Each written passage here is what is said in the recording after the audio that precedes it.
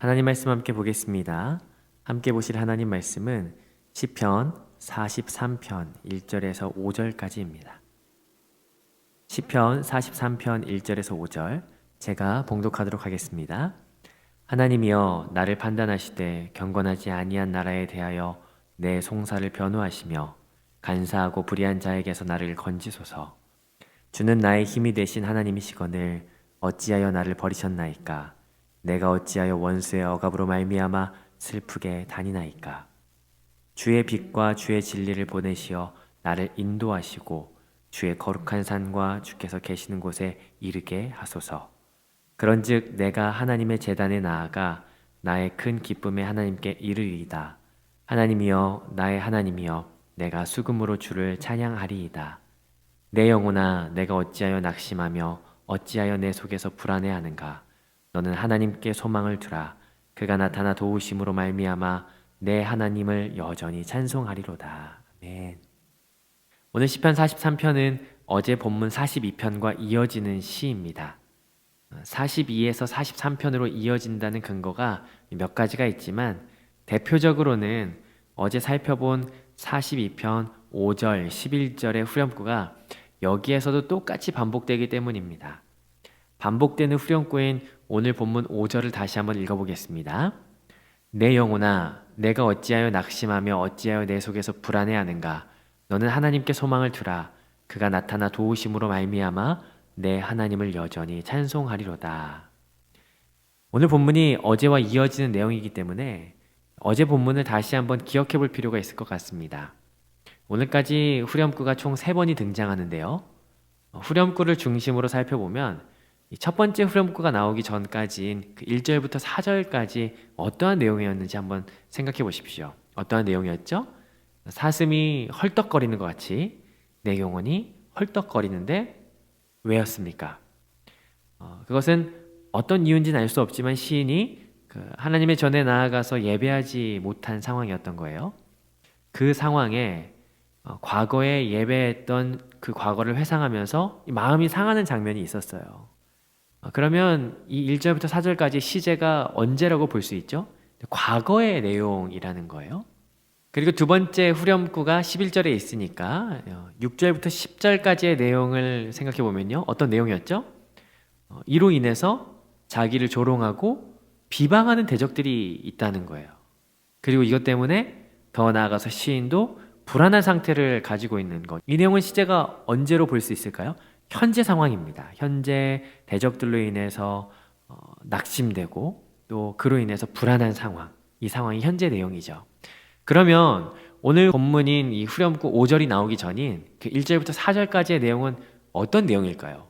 아마도 미래적인 상황을 예시한다라고 볼 수 있을 것 같습니다. 하나님께서 이렇게 해결해 주시기를 요청하는 내용, 그 내용이 오늘 이 본문에 들어가 있을 것입니다. 오늘 본문은 두 가지를 요청할 것입니다. 첫 번째는요, 나를 판단해 주십시오 라고 하는 요청과 두 번째는 나를 인도해 주십시오 라고 하는 이 두 가지를 요청할 것입니다. 그래서 42편과 43편은 고라자손이 개인적인 경험을 통해서 과거, 현재, 미래를 통해 하나님께 소망을 두라는 마스길, 교훈이라는 것이 되겠습니다. 같이 한번 오늘 시인이 요청하는 것을 한번 살펴보도록 하겠습니다. 첫 번째 요청하는 게 뭐였죠? 43편 1절입니다. 같이 읽어보겠습니다. 하나님이여 나를 판단하시되 경건하지 아니한 나라에 대하여 내 송사를 변호하시며 간사하고 불의한 자에게서 나를 건지소서라고 하는 거죠. 뭐라고 요청하는 거예요? 나를 판단해 주십시오 라고 하는 거예요. 판결을 내려주세요 라고 하는 거죠. 왜 판결을 요청할까요? 이 시인이 지금 굉장히 괴로운 상황이에요. 그래서 하나님께서 빨리 중재해 주시기를 요청하는 거예요. 그래서 이 상황을 교통정리해 주시기를 원하는 거죠. 그래서 뭐가 되기를 원하는 거예요? 악인은 심판을 받게 되고 의인은, 나는 자유함을 구하는 이 내용이 이 안에 들어가 있는 것입니다. 그런데 재미있죠. 하나님이 재판관인 동시에 무엇이 되기를 요청하냐면요, 오늘 1절에 계속해서 보니까 내 변호자가 되어주기를 또 바란다라고 하는 거예요. 그러니까 하나님이 재판관인 동시에 내 변호사가 되어달라는 것, 이거죠. 변호인과 지금 판사가 같은 분이 된 거예요. 여러분, 하나님은 의로운 재판장이십니다. 좌우의 날선 그 어떤 검보다도 예리한 날카로움을 가지고 뭐가 선하고 뭐가 악한지 구분해 내시는 분이세요. 그러나 동시에 우리의 변호자가 되어주세요. 그래서 우리를 건지는 구원자가 되어주시죠. 이 개념은 시편에 자주 들어가 있는 내용이기도 합니다. 시편 9편에도 들어가 있고 계속해서 들어가 있는 내용이죠. 그러면 누구로부터 변호를 하고 누구로부터 구원하기를 요청을 하냐? 첫 번째는요, 경건하지 아니한 나라라고 합니다. 이 나라라고 하는 말은 무리라고 번역하는 게 더 좋을 것 같아요. 그리고 경건하다라고 하는 말의 어원은요, 헤세드라고 하는 이 어원인데요, 많이 들어봤죠? 하나님의 무조건적인 사랑을 의미합니다. 그런데 이 헤세드가 없는 무리라고 이야기하는 거예요. 하나님의 무조건적인 사랑이 없는, 하나님의 사랑이 없는, 하나님의 부재한 이 무리들, 이 상황으로부터 나를 변호해 주시기를 원하는 거예요. 그리고 또 누구로부터 구원하기를 원하는 거예요? 간사하고 불의한 자로부터. 간사라고 하는 말은 누군가로부터 속이고 거짓을 참으로 믿게 만드는 그런 행위를 말하는 거죠. 그런 속임의 불의한 불법의 행위로부터 나를 건져달라라고 요청을 하는 거예요. 이게 누구를 의미하는지 여러분 눈치채셨습니까? 42편에 등장했던 야, 하나님 어디 계시냐? 야, 너 예배자였는데 네가 예배하던 그 하나님 어디 계시냐라고 그렇게 조롱하고 비방했던 그들을 말하는 거죠. 하나님 그들로부터 그들을 판결해 주십시오. 심판해 주십시오. 그래서 그들을 벌해 주시고 나를 자유케 해 주십시오라고 지금 말하는 거예요. 판단해 주십시오. 판결해 주십시오. 요청하는 시인의 첫 번째였습니다. 두 번째 시인의 요청은요, 3절에 나오는데요, 나를 인도해 주십시오라고 요청을 합니다. 근데 그 인도를 구하는데 인도해 달라고 하는 그 목적과 방향이 어디입니까? 3절에 나오죠. 주의 거룩한 산과 주께서 계시는 곳. 여기가 어딜까요? 4절에 등장합니다. 하나님의 제단을 말하는 거예요. 여기가 어디예요? 과거에 하나님 찬양하고 또 고라 자손들로서 하나님 성전에서 문지기로서 성가대로서 봉사하던 하나님 예배하는 그 자리로 나아가기를 갈망하는 거예요. 여러분, 어제도 나눴지만 예배를 드리지 못해본 자들만이 예배를 향한 갈망이 뭔지를 압니다. 여러분, 사실 우리 모두가 공감하고 있는 것이 이것 아니겠습니까? 그렇다면 우리 이렇게 기도하는 겁니다. 하나님 인도해 주십시오라고 말이죠. 그런데 여기에서 눈여겨볼 게 하나 있습니다. 하나님을 예배하는 그 자리로 나아가기를 바라는데, 그래서 하나님 인도해 주십시오라고 그렇게 구하는데 무엇을 통해서 인도를 구하는지를 한번 살펴볼 필요가 있어요. 3절 앞부분에 인도해 달라고 요청하는 그 앞에 무엇을 통해서요? 주의 빛과 주의 진리를 보내셔서 인도해 달라고 요청을 하죠. 여러분, 혹시 여기에서 이상한 점을 찾으셨습니까? 왜 빛과 진리일까요? 빛과 진리는 성경에 흔하게 등장하지 않는 조합이에요. 특이한 조합이에요. 그러니까 성경에는 익숙한 조합이 있죠. 뭐 공의와 사랑, 인자와 자비, 뭐 이런 것들 굉장히 익숙한 조합이잖아요. 그런데 간혹 이것처럼 아주 특이한 조합이 간혹 등장할 때가 있어요. 이때는 좀 눈여겨봐야 됩니다. 왜 빛과 진리일까요? 시인은요, 하나님의 거룩한 산과 성전으로 인도하는 길이 밝아지도록 빛을 구하는 거예요. 그리고 진리를 구해요. 진리는 뭐죠? 기준이 되는 거예요. 그 길을 따라가는 것, 그것 외에 다른 것으로 눈돌리지 않기 위해서 진리를 구하는 거예요. 다시 말하면 온전히 그곳에 이르기 위한 하나님의 인도하심인 빛과 진리를 구하는 것이죠. 저는 지금 이 말씀이, 이 빛과 진리를 구하는 이 기도가 예배 가운데 우리가 지금 붙들어야 되는 말씀이지 않나 싶습니다. 우리는 언젠가는 모여서 같이 함께 예배하게 될 것입니다. 그런데 그날을 기다리는 것이 쉽지가 않아요.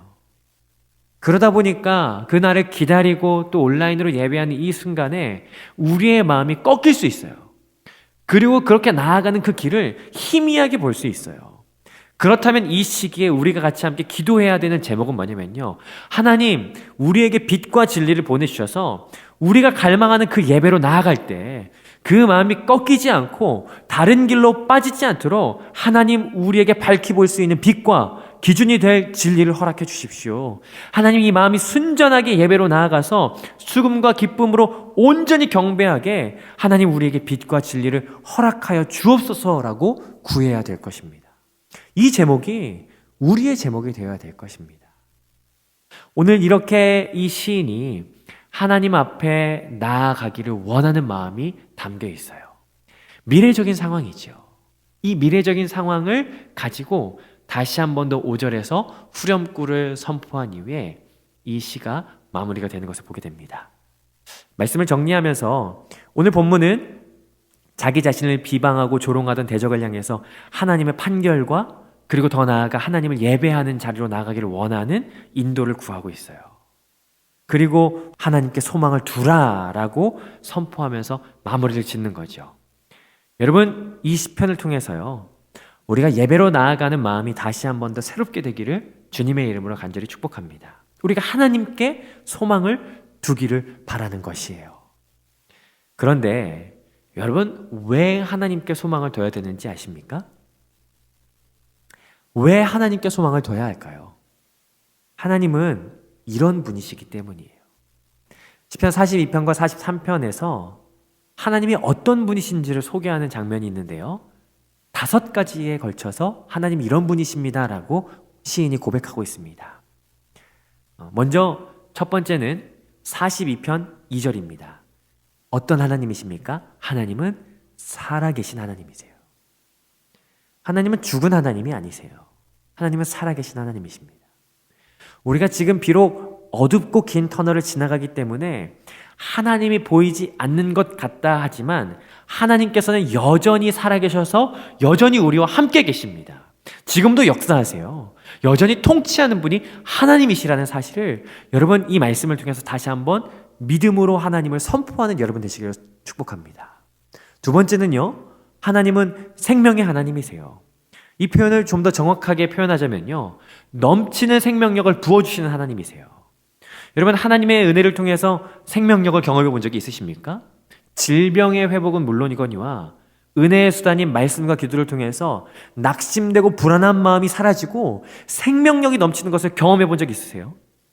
저는 이 생명을 부어주시는 그 하나님이 우리 가운데 넘치도록 부어주시는 능력을 경험하기를 소망해요. 특별히 격리되고 답답한 상황 가운데 우리가 정서적으로나 영적으로 우울감과 괴로움을 겪고 있는 이때 하나님의 생명이 오늘 이 말씀을 통해서 우리 가운데 넘치도록 흘러가기를 주님의 이름으로 축복합니다.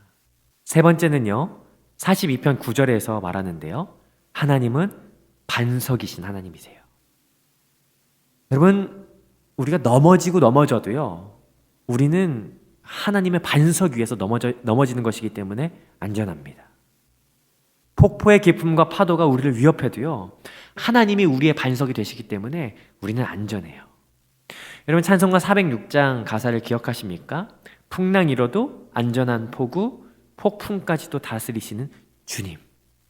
여러분, 반석 되시는 그 하나님을 의지하시는 저와 여러분 되기를 주님의 이름으로 축복합니다.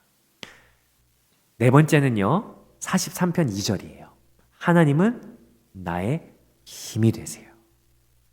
나의 힘이라는 말은요, 다른 말로 표현하면 나의 요새, 나의 피난처가 되신다라고 하는 것을 의미합니다. 하나님은 나의 산성 되십니다. 여러분, 믿으십니까? 그리고 주님은 나의 요새가 되세요. 그리고 하나님은 우리의 힘이 되세요. 여러분, 그 주님이 우리에게 허락하시는 그 힘으로 말미암아 오늘도 다시 한번 일어서시는 여러분 되기를 바라봅니다. 마지막은요, 43편 4절인데요. 하나님은 큰 기쁨의 하나님이 되세요. 그냥 기쁨이 아니에요. 큰 기쁨의 하나님이 되시죠. 이것을 이렇게 표현할 수 있어요. 나에게 기쁨을 주시는 하나님. 큰 기쁨을 주시는 하나님이세요. 우리가 살아가면서 기쁨을 누릴 때 그 기쁨은요, 상대적인 기쁨일 때가 많이 있습니다. 그러나 세상이 줄 수 없는 기쁨, 영원한 기쁨, 그 기쁨을요, 하나님께서 허락하세요. 그 기쁨으로 말미암아 우리의 인생 가운데 참 기쁨, 참 소망을 경험하는 저와 여러분 되기를 주님의 이름으로 축복합니다. 그렇기 때문에 우리가 의지하고 바라고 소망할 분이 하나님이 되십니다. 우리가 유일하게 소망할 분이 하나님밖에 없다라는 사실이에요. 오늘 이 42편과 43편 이 말씀을 마무리하며 우리가 43편 5절 마지막 절 이 후렴구를 다시 한 번 더 믿음으로 고백하고 우리 말씀을 같이 마치면 좋을 것 같습니다.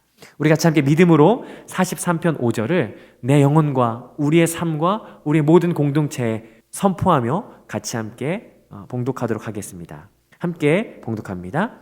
내 영혼아 내가 어찌하여 낙심하며 어찌하여 내 속에서 불안해하는가. 너는 하나님께 소망을 두라. 그가 나타나 도우심으로 말미암아 내 하나님을 여전히 찬송하리로다. 아멘. 하나님 감사합니다.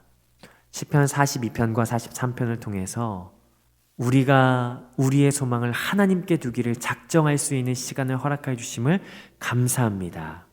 하나님은 생명의 하나님이 되십니다. 살아계신 하나님이 되시며 우리의 반석이 되시는 하나님이십니다. 또한 하나님은 우리의 힘이 되십니다. 그리고 우리에게 큰 기쁨을 허락하시는 하나님이 되십니다. 하나님, 그래서 우리가 그 하나님을 소망하게 해주십시오. 그 하나님을 바라보게 하여 주시옵소서.